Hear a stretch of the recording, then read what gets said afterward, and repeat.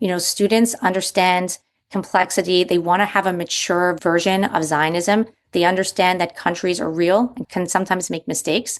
And we want to give them those tools when they're with trusted mentors, in school to really delve into that so that their connection to Israel is not just something that I would say is kind of like a glass cup you're holding that all of a sudden it gets challenged when you leave the bubble, you drop it and it smashes, right? We want to kind of build that resilience and those skills in students so that when they leave, they've had those discussions. They feel, that they have a different, much stronger, much more resilient viewpoint and much more authentic of Israel. And, research has shown also that students are going to get there on their own. The question is, are we going to be there as educators to support them in that journey?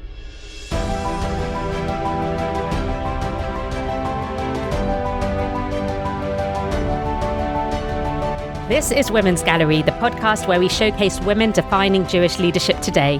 My name's Joanne Greenaway, and each episode I interview one incredible female leader making a mark in her own way on the Jewish community. We explore different models of leadership in the context of schools, shuls, universities, Batei Din, online, and many, many more spaces. Women's Gallery is an LSJS podcast powered by the Walder Foundation and a generous anonymous supporter.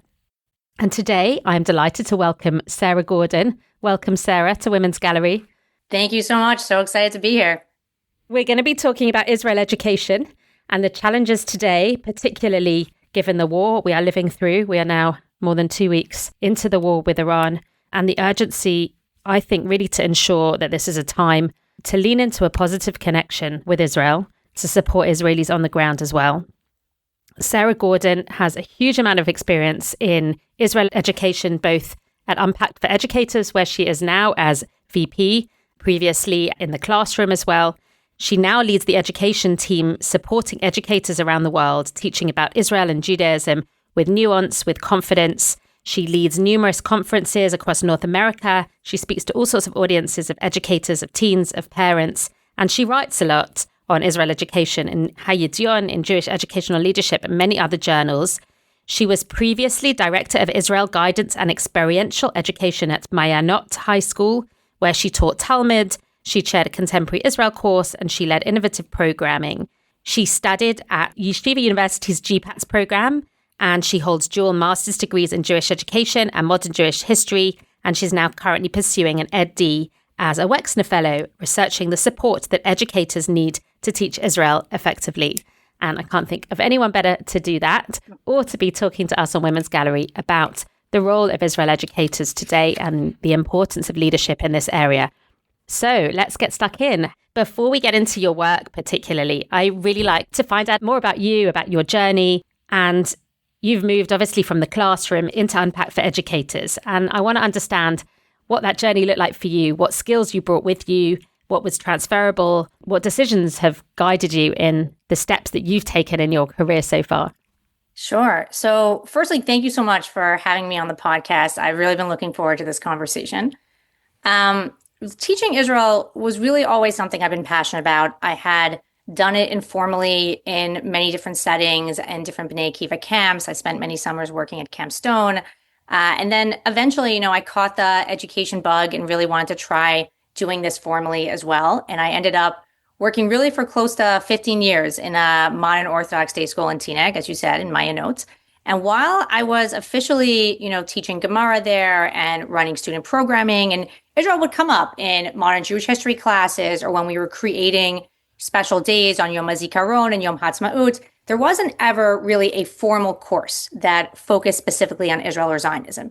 And about 5 years or so before I left the school, the administration approached me about putting one together. Some alumni had actually reached out and said, while they'd had an incredible experience in so many ways at Mayanot, they felt that they weren't really prepared for a lot of what they were encountering in the quote unquote real world around Israel. And the school took that feedback very seriously and asked me to put together this course. And I really wanted to do this right. I had been spending, I would say, a lot of time at this point thinking about how Israel had been taught, how I had experienced it growing up.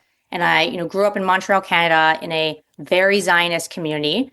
And, and I think this was really applicable across the board, back in the day, that Israel education was very advocacy focused. It definitely cultivated in me a strong love of Israel, a strong connection, but there wasn't a lot of complexity. There really wasn't a lot of nuance. And I remember even going to a retreat, to a Shabbaton as a kid, where they would give out these little booklets of memorize the following answers when people ask you questions about Israel, and just keep this book with you at all times. And, you weren't really going through a process of learning each topic in depth with complexity and nuance. And this was something I was hearing from former students as well. And when I was tasked with creating this course, I reached out to alumni that, I was in touch with, I had a relationship with, who were studying in secular universities, to ask them really for their input. If you were in this class, this class had existed when you were still a student, what would you have wished it would have looked like, and how should it be taught?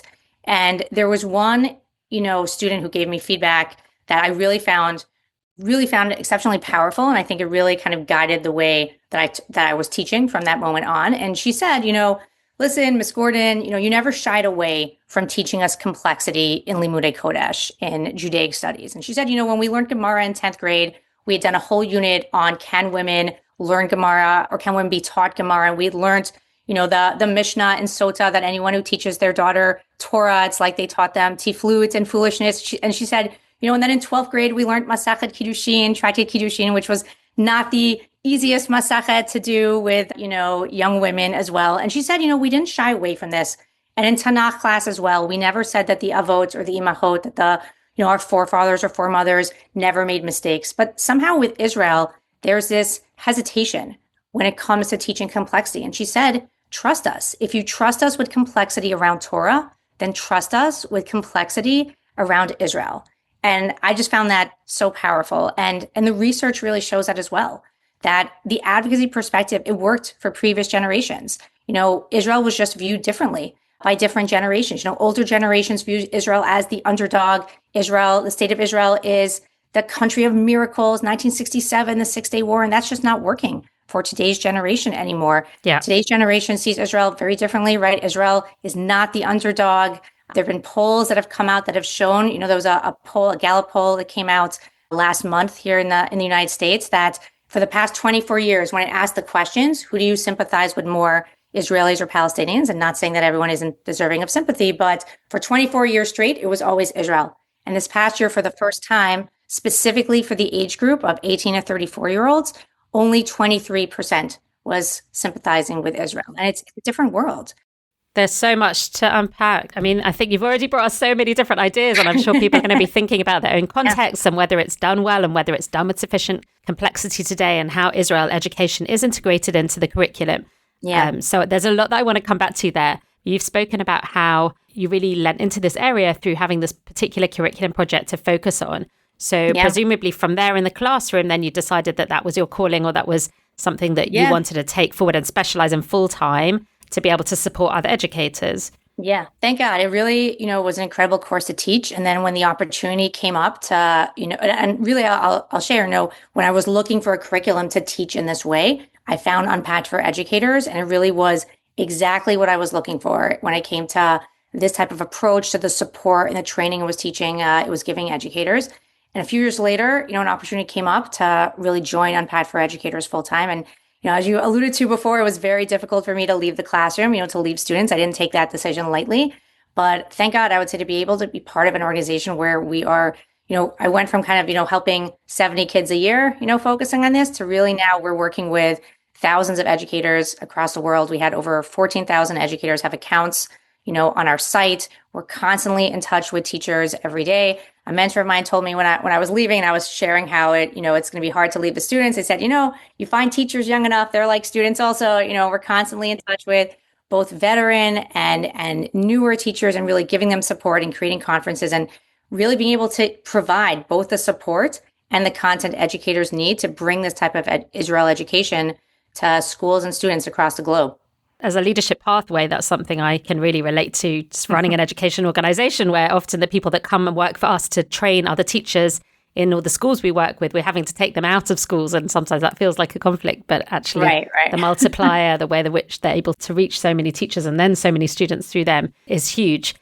It's worth saying a little bit for those who don't know what Unpacked for Educators is and what it's part of. I know a little bit from the people that I've spoken to who you work with. It's part of Open Door Media. The rationale is that it's really driven by a media organization that gives it this tremendous reach and this way of operating that's very much using 21st century media and very innovative kind of presentation. And then Unpacked, maybe you'd like to just explain the structure of what Unpacked for Educators is and how that fits in. Yeah, I'd love to. So our parent company is Open Door Media. We're a Jewish educational media company. Our goal is to help young people connect in a meaningful way to Israel, to Zionism, to Jewish identity, to Judaism. And we really try to reach out to young people directly in a few different ways. And I'll break that down. And I'll say again, really we're committed to Zionism, to teaching that, to helping people empower themselves with learning more about Israel's story, but doing it in a way that embraces complexity and nuance and not shying away from the deep questions. So one of our divisions, Unpacked, has different YouTube channels out there, whether they're focusing on Israel, on Judaism with Judaism Unpacked, on current events with Today Unpacked. We have podcasts like Unpacking Israeli History with Dr. Noam Weissman, Wondering Jews with Michal Biton and Noam Weissman again.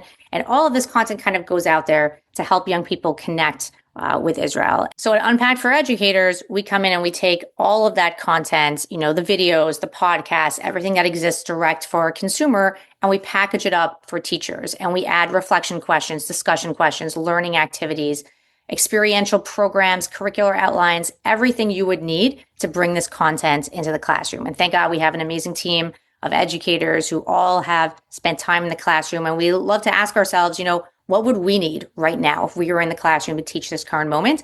And then we create those resources and we share them out. And we, thank God now we're working with thousands of educators, that have accounts on our sites. We have a membership program with over 200 schools that we're working closely with. We're coaching, we're helping them with curricular development. And we've started creating, having educator conferences as well. We've had ones in the Midwest. We've had ones in the East Coast, in Los Angeles, West Coast educators as well in the United States. Hopefully we'll one day make one internationally as well. And really just bringing educators together in community to talk about the challenges of teaching Israel and support them in the best way that we can. I think it's really important that people know this exists, whether they're in education or they're somebody who can access your resources for their own learning. I've certainly watched lots of your YouTube videos, and we actually brought somebody from Unpacked for Educators to the conferences that LSJS runs for teachers. So the Jewish education world is very interconnected now, and the resources that are out there have just come on so much in the last few years that we need a way of everybody knowing what's out there to be able to access it to enhance everybody's practice. And I think the philosophy that you bring to Israel education is so important for today. And it's a field that has necessarily changed so much over the last few years. And I really want to dig into your approach. But I'm thinking a lot about how you teach with nuance and complexity and how that works itself into curricula. But at the same time, how does that manifest when we're living through a war, when Israelis are in shelters, full of uncertainty, full of stress? What does an Israel curriculum have to offer? What does Israel education actually mean when the diaspora sometimes feels quite disconnected from Israel?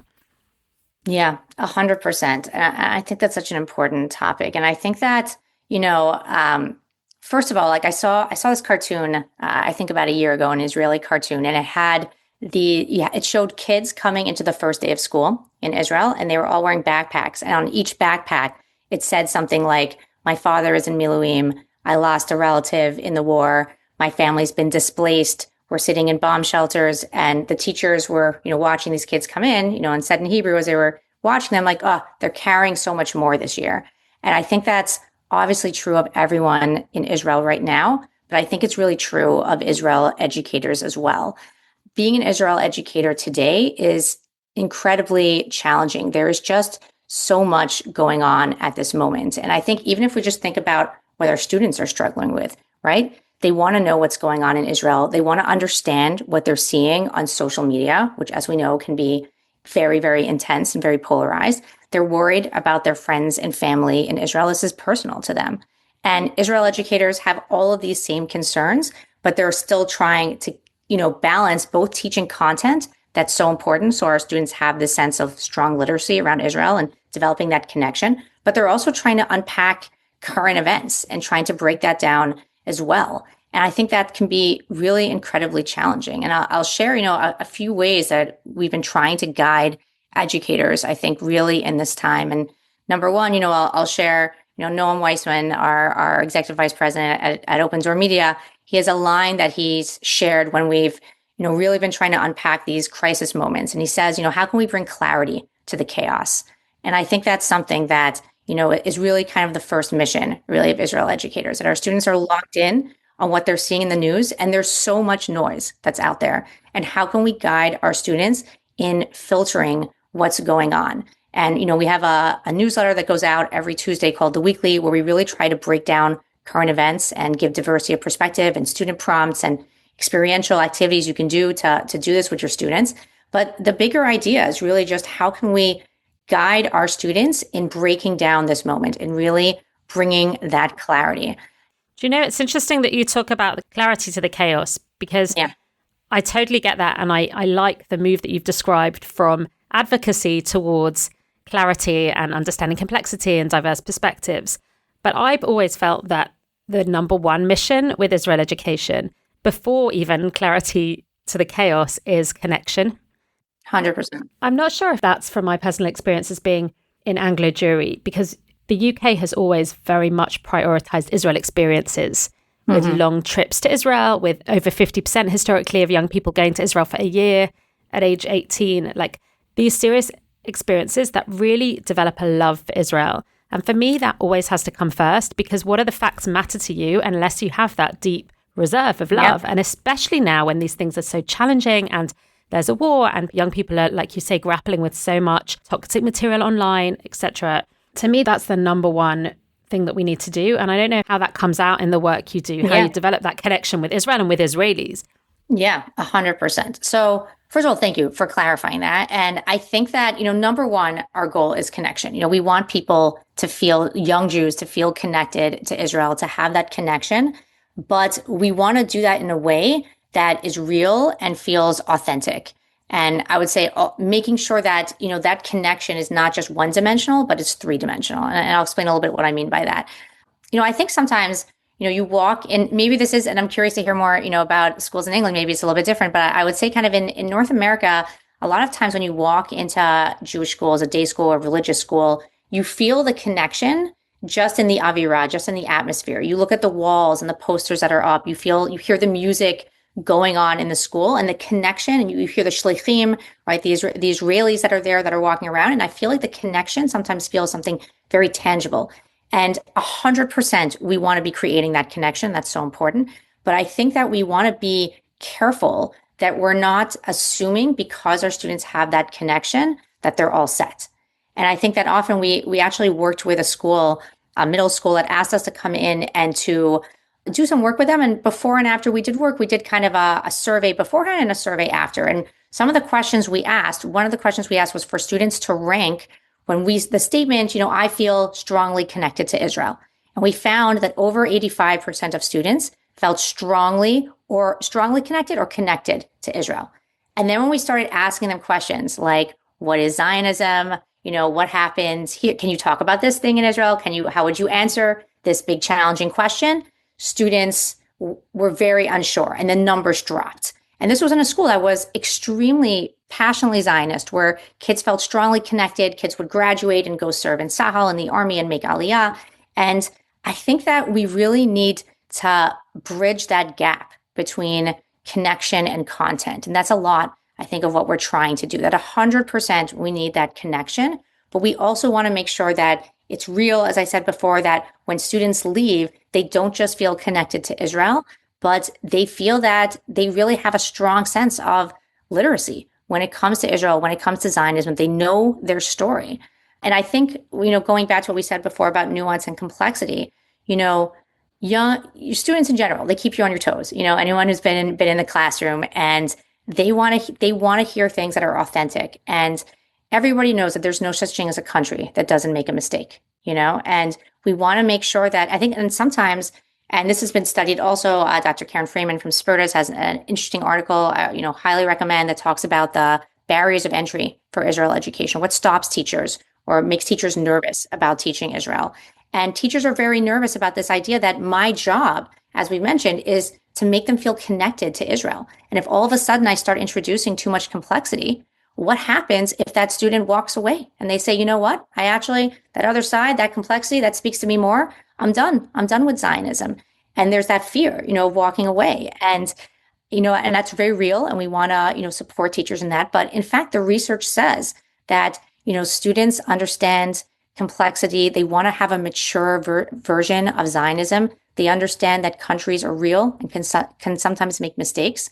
And we want to give them those tools when they're with trusted mentors, in school to really delve into that so that their connection to Israel and is not just something that I would say is kind of like a glass cup you're holding that all of a sudden it gets challenged when you leave the bubble, you drop it and it smashes, right? We want to kind of build that resilience and those skills in students so that when they leave, they've had those discussions. They feel, that they have a different, much stronger, much more resilient viewpoint and much more authentic of Israel. And, research has shown also that students are going to get there on their own. The question is, are we going to be there as educators to support them in that journey when it comes to the complexity and nuance so that this can help build, and I would say kind of, lift up their connection. Now you really appreciate Israel. You've seen the real Israel. It's not just Disneyland, like a fantasy that's going to be smashed, but here's something that's really authentic. Yeah, I think it comes back to what you said before about trusting the students and being ambitious for the level of discourse. It's interesting also, like in a religious classroom, I would say we have the same challenges, right? Like we show different, and again, I guess different religious schools do this in different ways, but there's always students who, there's always a nervousness. Maybe we teach something and students decide that, there's a challenge, something with Torah or something with, Jewish law, and we don't want them to walk away. For sure. But we also want to support the students. I think there's a couple of differences that make this particularly challenging. And I totally agree about, introducing complexity to textual learning as well. But our students today are surrounded by and bombarded online by toxic narratives. So they're having to deal with this in real time. And I don't know whether you feel like you can fully rebut what they're having to deal with. And what they're seeing is all these extremist positions, which they assume are much more mainstream than they are. And I know that there are statistics that say that 18%, I think, of people in the UK hold very extreme anti-Zionist views, but those people think that more than 50% do. So, there's a disproportionate sense that you get from social media about how mainstream these positions are. But this is what our young people are facing. So I guess you have to introduce some kind of skills training as well as the complexity of the facts in order to be able to discern, in order to know how to navigate that minefield. Yeah, no, I definitely appreciate that. And I think really social media is even, its own thing that I think brings up so many other challenges, as you said. First of all, I saw a study when I was preparing for the podcast that said 85% of young people today get their news from social media, which was terrifying for many, many reasons. Right. So what's the role of a teacher when that's their source? 100%. And I think that is really another level of responsibility that's now also coming in or coming onto Israel educators. And media literacy is so important in today's day and age. And I would say kind of, it's not just about, it's not binary of, complexity or not, but it's how can we also teach our students how to navigate discourse online. And, Noam Weissman, I quoted before, he likes to say that young people today are in two places. They're on their phones and they're in the classroom. And we want to meet them in both, And I think it's also about giving teachers that training of how do you know if a source is reputable? How do we teach media literacy, right? How can we guide students in knowing that you have to pause before you reshare content, before you know that news is accurate, when to engage and not to engage someone on social media. I feel that that's something that we get called into schools to teach about all the time. And I think for our students, being able to guide them in navigating this type of discourse online and to be able to understand that, first of all, it's not their responsibility to take down every anti-Semite on the internet. That might take a few years to do. But to also I feel really realize, strongly about that. I think there's some people who have spent the last 2 years really doing that, but I don't think we're ever going to win that battle. Yes, 100%. I think there are always going to be people with extreme views. It's Yeah. like about redirecting our energy to where we can make a difference. 100%. And I think that really gets into helping our students be able to suss out when is there an opportunity here for education, right? When is there someone who just doesn't realize what they're saying lands in an anti-Semitic way? And, is there an opportunity where we always say, this is someone that you know and you feel comfortable with. Can you remove some of those walls? Can you take this conversation offline and try to have a conversation? And I'll add in here, this is again why it's so challenging to be an Israel educator today. It's not just about teaching the media literacy. There's a whole other area of skills that our students need to be taught, which is how to have difficult conversations. What does it look like? It's not just, we brought in for our last two conferences for our opening plenary. We had Dr. Noam Weissman in conversation with Toba Hellerstein, who wrote an excellent article in Sapir Journal that said basically, that don't bring your facts to a feelings war.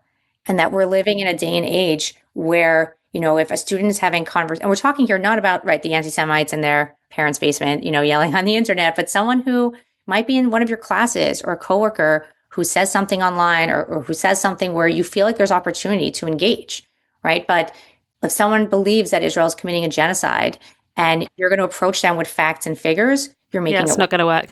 I think that's where the advocacy training sometimes falls down, and that we often put our students on campus under a lot of pressure to be able to have all the answers to engage in advocacy. But engaging with people when it's a feelings war, I think is an important way of putting it. Realizing that you have to know how to listen, how to adopt a position of curiosity, how to realize that you might not get anywhere, you might not get in this conversation to where you want it to be, but hopefully something lands, and how to engage with people that we disagree with. What about when people bring things that you disagree with into the classroom? Like when students who learn things online bring extreme positions into the classroom, like Israel's committing genocide, etc. And you want to be able to hear diverse viewpoints, but how do you instruct educators to navigate those kind of maybe disruptive statements that they might bring into the classroom?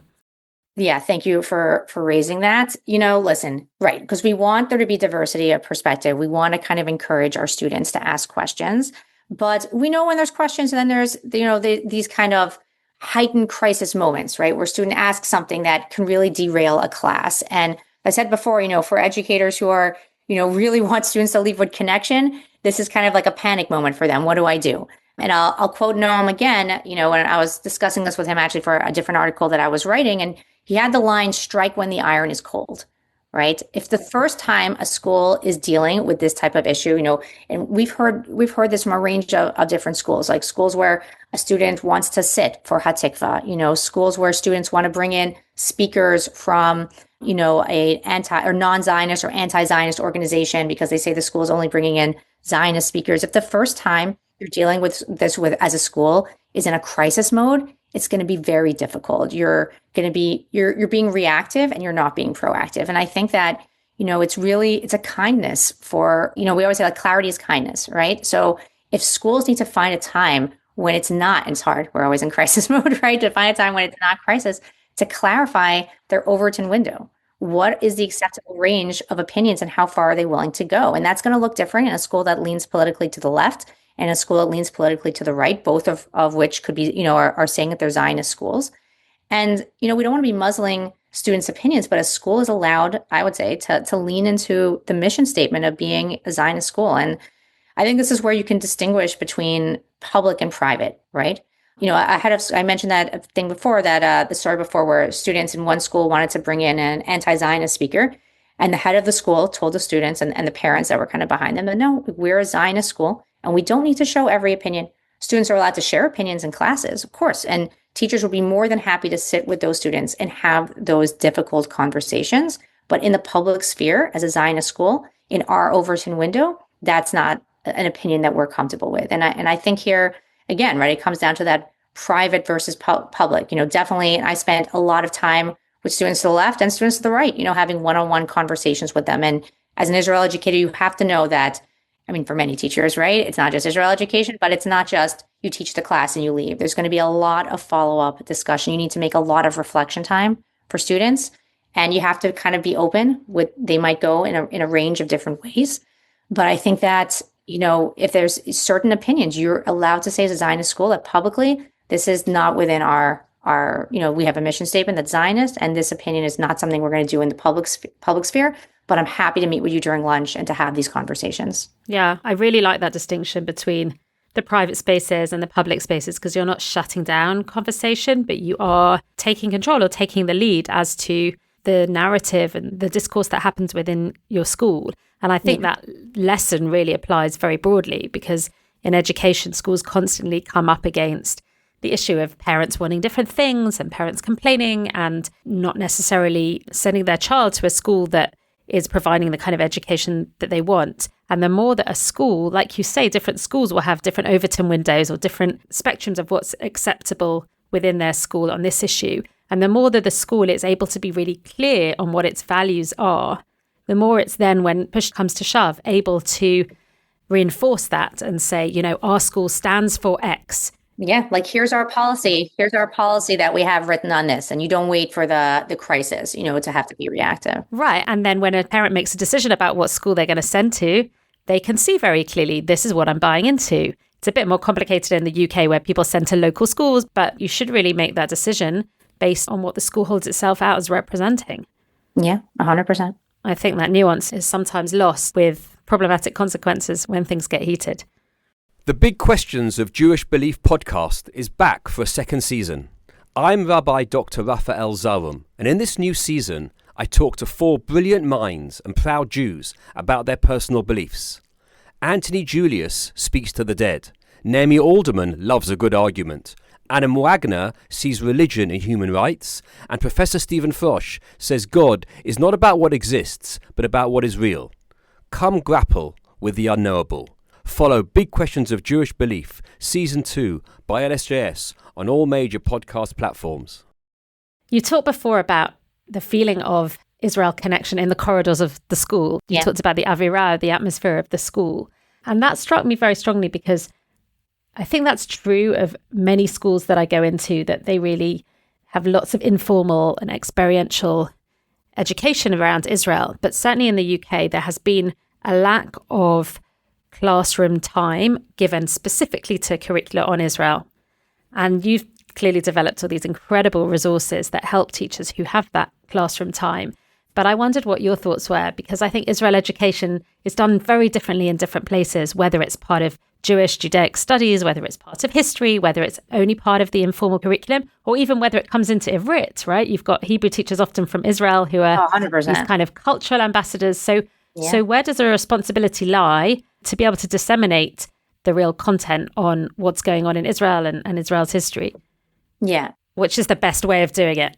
Yeah, I love that question, because I think it's something that comes up over and over again with schools, that, the question we sometimes get is, like, I've gotten questions where people say, what are schools that are really doing it well? What does it look like to really do Israel education well? And I think that the challenge And how much time do you need for that? Yeah.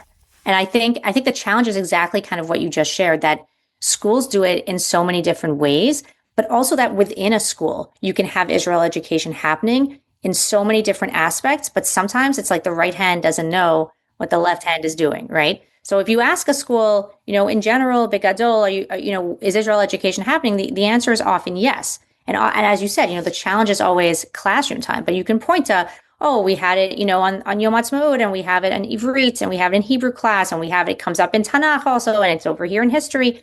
But it's not, no one has the same answer. Like, this, Israel education belongs in history, or no, Israel education belongs in Judaic studies. It's an ongoing debate, because it really has characteristics of both. And I think kind of one way to really account for this and to lift up the seriousness with which Israel education is being done is to really stop looking at Israel education as kind of, particular by class, but to think more holistically. And one exercise we've done with educators at conferences, which I think has been really helpful, is we've asked them to almost do an audit or to map out in their schools every single place where Israel is being taught, and to really think, or to think more expansively, where are all the places where Israel can be taught, right? And there are schools that are saying, you know what, we're going to cancel this other elective and we're going to make the class time for this, to do this seriously. Now, obviously, everyone wishes there was more time for everything. That's not always what schools can do. But for other schools to think about, how can we get creative? But the main point I would say, and I'll say 2 things here. Number one is that someone has this all written down? Like, is there a, captain? Is there an Israel captain? And a lot of schools have started creating, an Israel education coordinator, but Somebody someone who's accountable for knowing the entirety of exactly. what's actually going on. And so this matches with goals. The same way with Tanakh or with history or with math, we would say there's a goal for each grade level, right? We want by the end of the grade level, we want the student to know X, to feel X, to be able to do X for these other disciplines. It should be the same for Israel. This doesn't always have to happen in a formal class, but we have to know what are our goals? What are the, top 50 ideas or maybe less, that we want people to be leaving, graduates to be leaving our schools with, not just the connection, but the content and the nuance and where exactly is this happening? What's going to happen? So if you can say, this is going to happen in Hebrew class in ninth grade, and this is going to happen on our 10th grade retreat. And sometimes schools have gotten creative and they brought us in, or they've asked us, you know what, for the 2 weeks before Yom Ha'atzmaut, we're actually going to not have Tanakh classes, and we're going to do Unpacked for Educator lessons, and we're going to do kind of a crash course. And that's another way to think of it. But schools really, however you're doing it, you have to have an organized, holistic plan so that it's not just that, I always joke, teachers or an administrator gets up at the open house and talks about how, oh, yes, we teach Israel, but then we don't want to take questions on it, but you can actually say, here's exactly how Israel is being taught in our schools and how we can make sure our goals are being met. Yeah, look, I think there are different approaches, whether you do it in an integrated way across a lot of different areas of the school, which maybe is quite authentic, or whether it's a self-standing piece. And it's been a debate in the UK because there's an organization called EDGAR who have produced an Israel curriculum, and many schools treat it separately. So it's dealt with as a book that people learn the facts, and it means that Israel education happens in that discrete program rather than being accounted for across lots of different subjects. So I'm not sure if there's a right answer, but as long as you say, as long as even something we've been speaking about is that, broadening what we mean when we say Israel educator, because even as you said in the UK, you have the educator who's teaching that specific book and curriculum. But when students come in and see something on their phone and they go to their Tanakh teacher, to their Bible teacher, or they go even to their math teacher who they have a connection when they're asking, explain this to me, all of a sudden, I think we have to start thinking also more broadly about giving these skills, not just to thinking of it narrowly of which teachers are teaching the content, but, who are teachers that are guiding kids in their connection to Israel, and kind of being able to understand current events and what's going on in the moment. And what's the place of experiences within that and the connection, like we spoke about at the beginning, because I think because the UK is so much closer to Israel, then historically that's been a lot easier. And as a result, people also get, I should mention, Israel education through youth movements as well. But of course, yeah. I think that the rate of aliyah amongst certain segments of the population has always been relatively high compared to the US. Yeah. It's interesting also, I think what you said that, and I haven't talked about this as much, but, taking kids to Israel, and having kids experience Israel is obviously the most powerful way to connect them with Israel. Many schools do this, or they do it in youth movements. But I think the challenge a lot of the times is we're trying to teach this connection and this content for students who might not have ever been there, and we want to do this, especially with current events. We want them to appreciate and understand what's going on. But for students who haven't been to Israel yet, we don't want them to start thinking of it as a scary place. And I remember a colleague sharing with me once that, she shared with her kids that they were going to go to Israel that summer. And her kid's reaction, who went to a Jewish day school, was like, I don't want to go to Israel. Israel's where the rockets are, and she just had this like heart-stopping moment of, how can we help our students make sure that they're, and I think this is also a big place where teaching Israeli culture can come in and showing our students like the dynamic approach of what's going on in Israel today to really feel the Avira of Eretz Yisrael. Like, how can you feel like what's going on in Israel, Medinat Yisrael, and to feel that and to make sure that we're not having students come out of certain educational experiences where they think of Israel as a scary place, as a place of war. And it's very hard to do that. Yeah, I really believe in developing relationships with Israeli people. 100%. I think that Israel education can't be done in textbooks and it can't be done from content only, but it's through people and through culture. And one of the huge benefits we have growing up in our generation is this incredible wealth of current Israeli music and food and TV shows now. So there's so many resources that we have to connect people with a modern Israel. It's so dynamic and alive and vibrant. I think one of our most popular sessions is doing exactly that, teaching Israel through media. that it's, as you said, it's such an important lens to really show people what's actually happening in Israel. We have a lot of Banot Sharut, young people who come on their Sharut Lumi service to schools, particularly primary schools, certain primary schools in the UK, and they bring a huge amount. And again, that opportunity to connect with real people, I think makes all the difference. But it maybe there's space for more twinning and more like exchange programs or ways that people can connect. There's so much opportunity online. Like we're trying to do that more and more with teachers, where they make connections with people from across the Jewish world to strengthen Jewish peoplehood. But if that can be done, particularly the UK to Israel, then that counts for so much.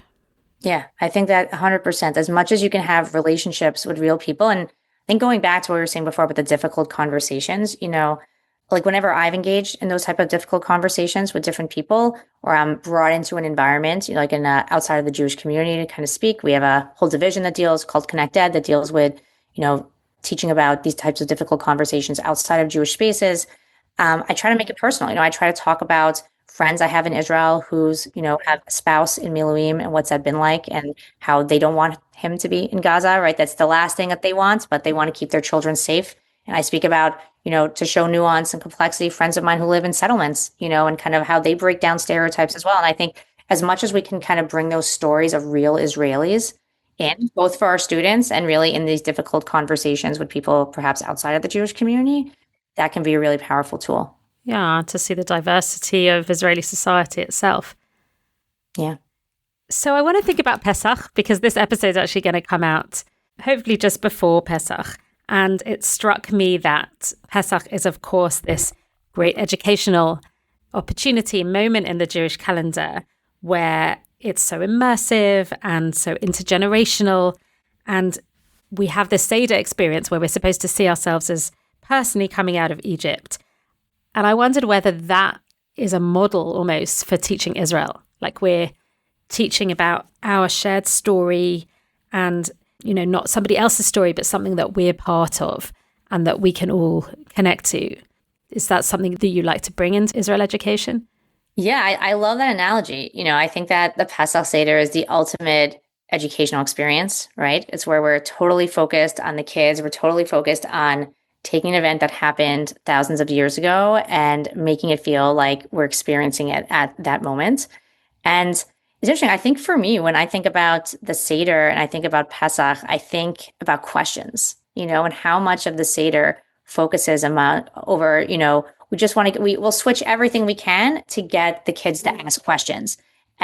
And just getting the kids to ask questions is so important. And, and I think for me, and again, you could think about, the four children and, we want to encourage different types of questions and different types of students or kids. And, we might be blunting some teeth, here and there when it comes to that. But for me, I think those two aspects, number one, that we're focusing on questions, which as educators can kind of be a little bit scary, right? As I said before around Israel, that, especially when there's no clear answers or we're not sure how to navigate something or we're scared of saying something wrong, leaning into encouraging questions and being able to say, it's okay, I'm not sure, let's figure this out together. And I think that this idea of, partnering, like the parents and the kids partnering in the Seder with questions and seeing us as a model for educators and students and being able to really partner together. And the other thing I'll say is, it's interesting. I think the Seder in particular around Pesach is about order, right? There's a certain kind of way of doing things. And I actually think that sometimes with Israel education, it's the opposite, right? That we have to be okay that sometimes things are going to be messy. Even when we're doing it right, it's going to be messy and it's going to be an iterative process. And, I'm sure leaving Egypt was pretty messy as well, and we don't want things to be chaotic, but I think just realizing that we're on a journey. And I always find it very powerful that we don't end the Seder with, okay, now we're at Har Sinai and we're getting the Torah, or now we've gotten to Israel, but it's just that we've got out. And there is a large part of this journey still ahead of us, but that journey is ongoing. And I think that for us to feel, and I think this is very important for Israel education, it's not just about that connection to Israel, but feeling part of the Jewish people, and feeling that, and you mentioned it a few times, right, that the connection between Jews in diaspora and Jews in Israel, and understanding that we're all part of the same people. And if part of that people is in pain, we should be feeling that pain as well. We should feel connected. And, putting aside, all the content and the connection and the nuance and complexity, just if people in Israel right now have to go into bomb shelters, you need to have that sense of empathy and connection that we're part of the same people. And I think that, when it comes to the Seder, realizing that there's still a journey to go, but we're all on this journey together and just inviting our learners along the way. Totally. Look, it's like about co-creation, isn't it? Because yeah, coming out of Egypt, we're there to become a nation. And in a way, that journey is ongoing, in that we are still building this ideal nation and seeing what do we do with our freedom. And that's our ongoing responsibility. So for me, it feels like you're bringing people into an ongoing story. Yeah. And actually, we spoke about this a little bit with Rachel Sharansky-Danziger, who came on the podcast recently to talk about Az Nashir, which is the new Haggadah that I really hope people will use at their Seder. But she spoke about it very much as, being part of this journey towards redemption and seeing it as this ongoing chain. Yeah, I love that. And I do like what you said about questions and about the 4 children. I think you're absolutely right that is our philosophy, and that's the philosophy of Unpacked when it comes to Israel education. I'm also conscious there will be many families where you have this model of the 4 children and that there's a lot of division, right? Even amongst families, there are, particularly in the last couple of years, there are families who are holding a lot of difference, and that can be challenging. And maybe some of the tools that you teach could be helpful there in terms of helping families to navigate very, very conflictual spaces, or spaces where people want to talk about these things, but there aren't any easy answers. Yeah. 100%. And I think really it just comes down to teaching those skills. Like the more, I think about Israel education, we're doing all these different things, which are so important, but just how can we have conversations with people that we disagree with? And what does that look like? And, you mentioned the 4 children at the Seder. I remember hearing this once that there's the 5th child who's not there. Mm-hmm. Right. Mm-hmm. And we want to make sure Sachs talks about that. Right. Yeah. Yes. And how can we make sure that, even if there's disagreement, that the children feel comfortable, that can keep coming back?